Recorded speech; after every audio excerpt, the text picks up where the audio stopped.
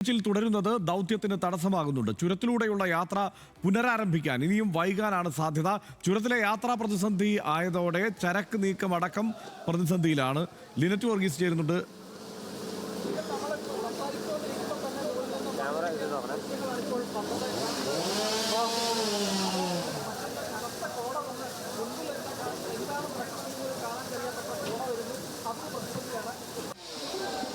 Lynette ചേർന്നിട്ട് വിവരങ്ങളുമായി. Lynette, അപകടകരമായ ഒരവസ്ഥയിൽ നിന്നുകൊണ്ടാണ് അവിടെ ഇപ്പോൾ യാത്രായോഗ്യമാക്കാൻ വേണ്ടിയിട്ടുള്ള ശ്രമങ്ങൾ നടക്കുന്നത് എന്നാണ് ആ ദൃശ്യങ്ങളിൽ നിന്ന് മനസ്സിലാക്കാൻ കഴിയുന്നത്. എന്താണ് ഇപ്പോൾ അവിടുത്തെ അവസ്ഥ?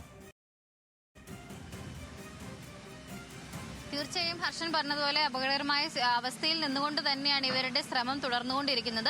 ഇന്ന് 7:30 കൂടിയാണ് ഇത്തരത്തിൽ ഇവിടെ റോട്ടിലോട്ട് വീണ കല്ലും മണ്ണും ഒക്കെ നീക്കാനുള്ള ശ്രമം ഈ ഫയർഫോഴ്സിന്റെയും പോലീസിന്റെയും മറ്റ് സന്നദ്ധ സംഘടനകളുടെ ഒക്കെ നേതൃത്വത്തിൽ ആരംഭിച്ചിരിക്കുന്നത്. ഇന്നലെ ഇതേ സമയത്താണ്, ഇപ്പോൾ 24 മണിക്കൂറുകൾ പിന്നിടുകയാണ്, ഇതേ സമയത്താണ് ചുരം വ്യൂ പോയിന്റിൽ ഇത്തരത്തിൽ മണ്ണിടിച്ചിലുണ്ടാകുന്നതും ഗതാഗതം തടസ്സപ്പെടുന്ന സാഹചര്യമൊക്കെ ഉണ്ടാകുന്നത്.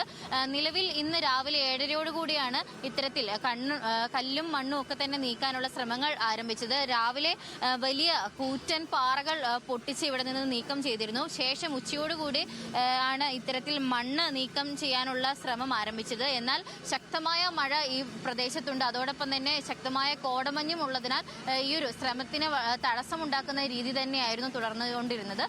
ശക്തമായ മഴയിൽ വീണ്ടും മണ്ണിടിച്ചിൽ ഉണ്ടാകുന്ന ഒരു സാഹചര്യമായിരുന്നു ഉണ്ടായിരുന്നത്. എന്നാലും ഈ ഒരു സന്നദ്ധ സംഘടനകളുടെ ഫയർഫോഴ്സിന്റെയും ഒക്കെ നേതൃത്വത്തിൽ മണ്ണും കല്ലും ഒക്കെ തന്നെ നീക്കാനുള്ള ശ്രമങ്ങൾ നടന്നുകൊണ്ടിരിക്കുകയാണ്.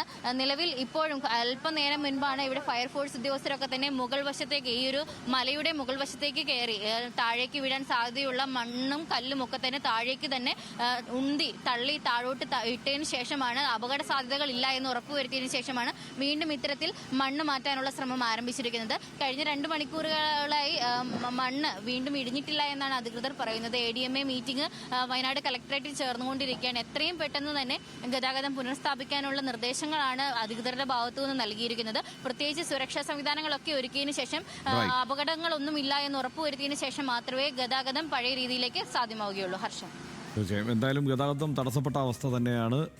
സുരക്ഷിതമായ അകലത്തിൽ നിന്ന് മാത്രം റിപ്പോർട്ടും ചെയ്യുക എന്ന് ലിനറ്റിനെ ഓർമ്മിപ്പിക്കുന്നു.